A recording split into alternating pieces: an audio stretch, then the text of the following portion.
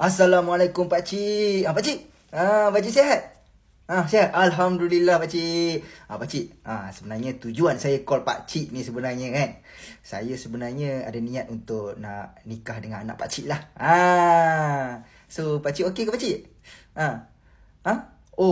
Pakcik tanya rumah untuk anak pakcik ke tak? Saya dah belilah rumah nanya. Saya dah belilah rumah untuk anak pakcik sekali. Kiranya duduk dengan anak pakcik lah. Saya tadi survey dengan anak pakcik sekali, kita orang tengok kan. So kita orang dah beli dah. Rumah dia memang agak seram sikit lah. Agak seram sikit. Kenapa seram? Sebab kita orang memang suka, macam kita orang selalu buat konten ke apa, kita orang suka tempat-tempat yang pelik sikit. Supaya nanti dalam konten banyak sikit konten boleh buat. Macam tu. Sebab biasalah kan, kadang-kadang zaman sekarang ni kan kena main buat konten je kan. Semua orang kena buat konten, nak tambah duit. Gitu kan.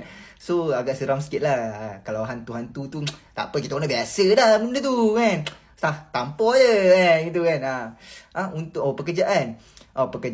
Saya okey pekerjaan saya. Saya memang walaupun rumah tu seram sikit, tapi rumah seram tu pun mahal pakcik. Sebab dia macam kan, bukan semua orang nak beli rumah-rumah seram. Ada sebab kenapa rumah seram tu orang tak beli, sebab mahal. Sebab saya ni sebenarnya director pakcik. So disebabkan saya director filem lah. So director filem ni kan, kenapa saya beli rumah seram? Supaya senang kalau saya nak buat cerita hantu ke apa ke kan. Terus macam rakam kat rumah saya je. Tak payah nak pergi sewa tempat rumah orang lain lah. Tak payah. Lepas tu saya pun boleh macam senang lah. Bila rumah seram ni, senang lah saya nak tengok macam angle-angle yang lawak untuk dalam filem nanti kan. Begitu. Sebab saya director kan. So saya nak kena buat cerita yang best, macam munafik ke kan. Kurafat ke. Gitu. Pakcik suka kan cerita munafik kan. Saya dah cakap dah. Pakcik tahu tak munafik tu saya buat? Kereta apa? Kereta apa yang saya beli?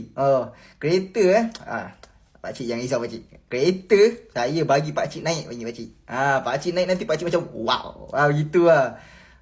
Saya beli kereta, pakcik tahu tak kereta macam, dia macam Myvi sikit lah. Tapi bukan Myvi lah. Dia daripada luar negara lah. Tapi warna pink. Bukan sebab saya suka warna pink. Bukan sebab saya ni lembut ke, bukan. Anak pakcik suka warna pink. Pakcik takkan lupa kau anak pakcik suka warna pink. Pakcik ni kan, jangan gitu kan. Okey pakcik, tapi kereta ni 2 orang je dah beli kot. 4 orang macam tak muat nak pakcik kan. So kalau biar saya beli kereta 2 orang ni sebab nak bagi dating dengan anak pakcik senang sikit. Tak ada orang kacau kan. Selalu orang nak tumpang-tumpang kacau betul pakcik nak naik sekali. Pakcik tak apa. Pakcik kan saya kata dia boleh ni pakai kereta saya. So jangan risaulah pakcik kan. Pakcik boleh pakai kereta saya. Pakcik dating dengan makcik.